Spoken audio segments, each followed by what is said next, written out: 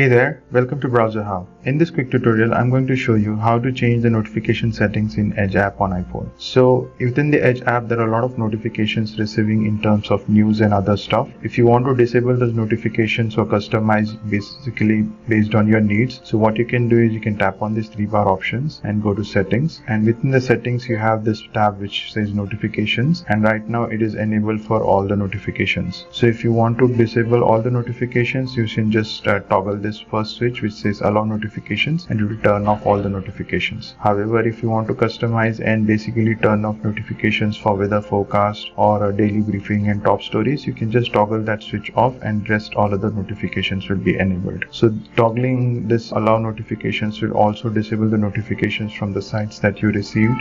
So this will make sure that all the notifications are blocked. I hope this helps. Let me know if you guys have any questions. Cheers, have a great day.